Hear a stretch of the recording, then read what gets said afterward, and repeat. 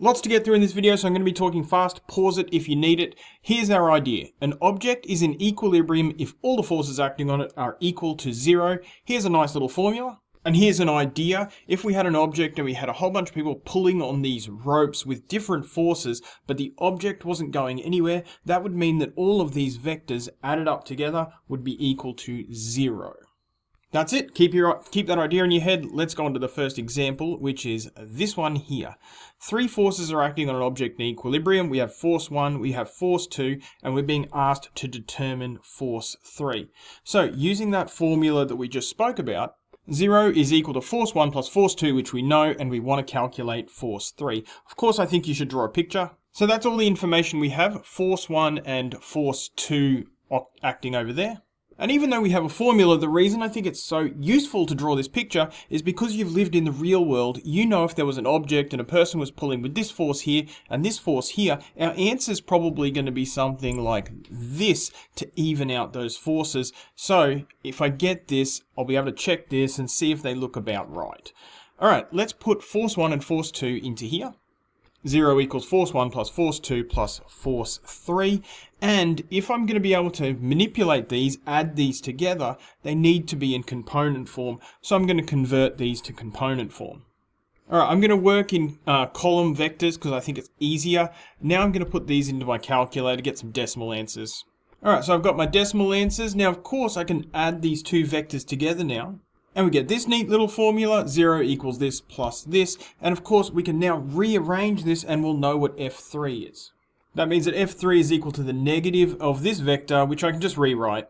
Alright, I'm very close to an answer, but it's a good idea now to check if it makes sense. Before I said that because I drew my picture, I can look at this vector, I can say, well, these two will add together and this one's going to counteract both of them. Looking at these, there's a force of 6 in this direction, a force of 5 in this direction. We're using a force of negative 8.41 down. That feels right to counteract those two forces. And we've got a negative 0.83 across, just a little bit like this. It looks like I've eyeballed this correctly. This feels like that answer's correct. Now, final step. I should convert this back to polar form because my other forces were given in polar form as well. You know how to do that. This lesson's not about that process, so you can pause the video and look at that process. Make sure you change your angle to be 180 plus whatever you've calculated. We get an answer of 8.45, 264.36. That is forces in equilibrium. We've got 2 more examples and they're going to get more difficult than this. Alright, so a classic question here. We have an object suspended by 2 strings from like the roof. It's a 10 kilogram object and the kilograms is where we're going to get our force from. Now, force is equal to mass times acceleration. The object weighs 10 kilograms and the acceleration is the gravity. We're going to assume we're on Earth and gravity on Earth is 9.8. So we get a force of 98 and when we measure force, we measure it in newtons. Alright, so that gives us a nice little vector to play with. There is a force acting straight down on this object of 98 newtons. Now we should notice that this object is in equilibrium. It's not going anywhere, which means all the forces on it must add up to equal 0.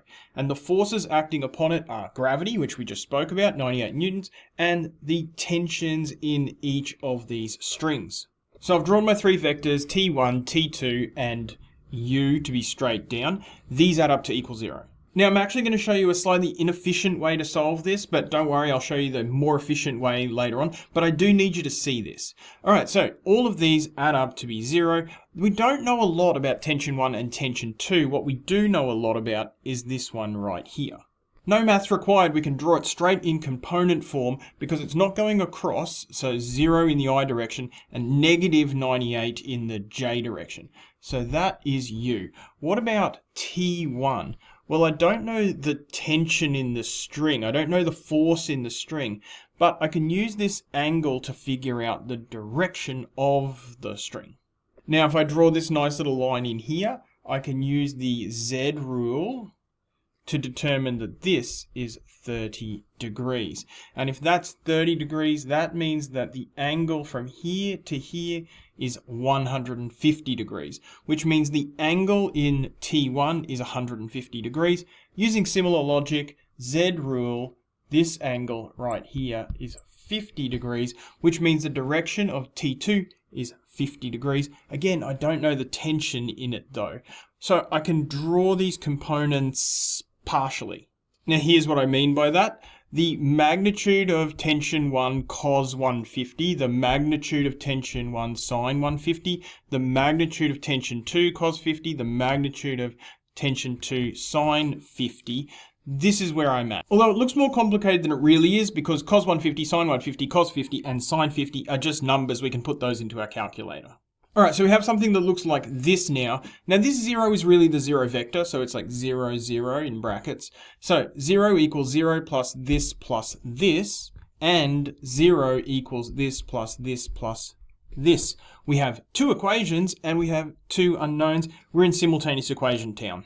There's my two equations. Now these can be simplified a little bit, and then we have to solve them simultaneously, probably using substitution, something like that.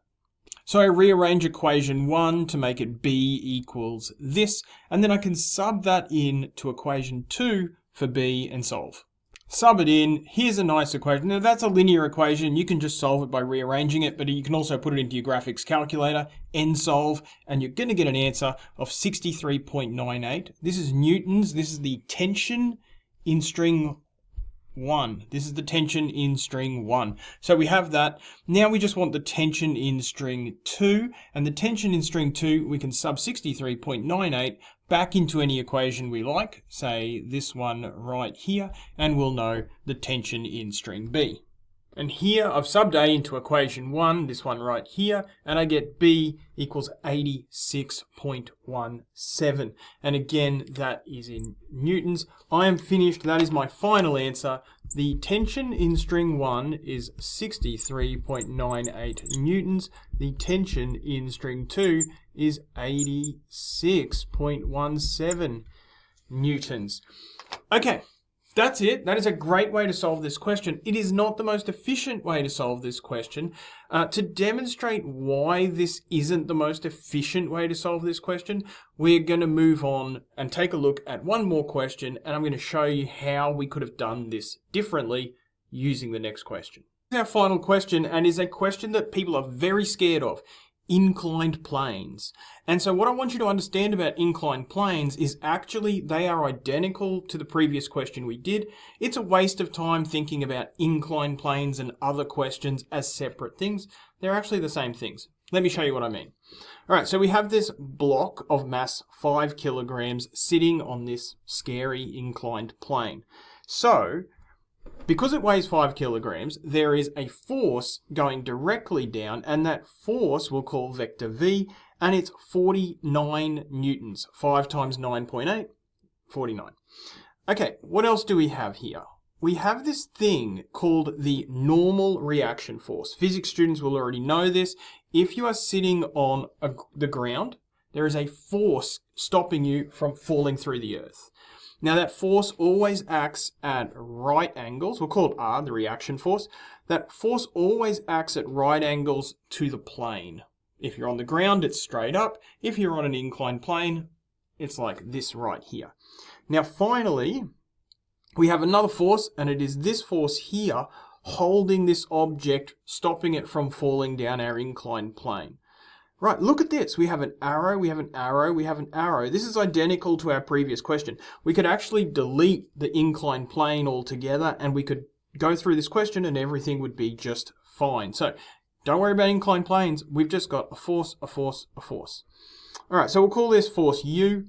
Now this is 33.5 newtons. We can say the tension in the rope is 33.5 newtons according to our question. And the thing that we're supposed to be finding is the angle the rope makes with the inclined plane. This nice little angle here. Now we could use an identical approach to the last question. We could say that because this object's in equilibrium, again, forget about the inclined plane, it's just three forces, this must be true. This is V, this is the reaction force. Now I've just sort of calculated that angle to be 120, just using a bit of geometry. You could do the same. r cos 120, r sine 120. And we finally have this vector, which we know the tension in, 33.5, but we don't know the angle. And we could set up an equation, we could set up another equation, simultaneous equations. The only small difference here is last time we didn't know both tensions and we knew both angles. Now we don't know one tension, we don't know one angle. When we create our simultaneous equations, we can still rearrange sub one into the other and solve whatever that equation happens to be. We might need our graphics calculator because we're solving an angle. We're not going to do it this way because we want to avoid simultaneous equations, so we're going to do something clever. The trick is going to be turning our head this way, right? So let's turn our head this way and create this nice little I and J. Now, why have I turned my head this way? I've turned my head this way to line up with the reaction force, line up my J axis with the reaction force. Why do I want to do that? It's because I get so much information here. Watch what happens. When I line that up with the reaction force, instead of having this entirely in the I direction, now I can break it up into I and J components. Now I can find angles. This angle is equal to 30 degrees. This angle is equal to 60 degrees. Which means that this angle is equal to 30 degrees, internal angles of a triangle, which means that the angle that this vector is making is negative 120 degrees. Sorry, that this vector is making is negative 120 degrees. And so we're going to be able to use that information. I know it's hard to picture why I'm doing this, but let's just move that over now. And let's recreate that same set of equations we had before, this equilibrium thing, and you'll see how it works. All right, so because it's an equilibrium, the three vectors add together to make 0. Now, V, our vector now, we can break it up into I and J components, those I and J components that I just drew. 49 cos negative 20, 49 sine negative 20. The magic is in this reaction force. Now, the reaction force... Look at the reaction force. If we look at this thing here, it's purely in the J direction. So that means there's no I component in our reaction force. It's just 0. And our reaction force in the J component is just the magnitude of the reaction force. All right, and then we can create this one as well. Now, we don't know what that angle is, but we know the magnitude is 33.5. So it's 33.5 cos the angle. Now that angle, the inclined plane is lined up with this I. So that angle really is just the angle of the vector itself. And 33.5 sine theta. Okay, and all of this is equal to 0, or, to make it really clear, it's equal to 0, 0. Now, 49 cos negative 20 is a number, 49 sine negative 20 is a number. All right, now that should make it a little bit clearer, except I forgot a 0. Let's put that back in there. Now, the fantastic thing about this, if we look at the two equations that we made last time, this time we have 0 equals negative 24.5 plus 0 plus 33.5 cos theta. Not an r in sight. It's one equation with one variable. So we have a nice little equation here. 0 equals negative 24.5 plus 0, we'll leave that out, plus 33.5 cos theta. And now you can rearrange that, bring that over here, divide by 33.5, inverse cos. And finally, I've done it, I've rearranged it, I put that into my calculator, and I get an answer of 43 degrees. The angle that our string is making with the plane, which is what theta is 43 degrees. No need for simultaneous equations here. You might be thinking to yourself, but wait, what was the reaction force? I don't know, I don't care.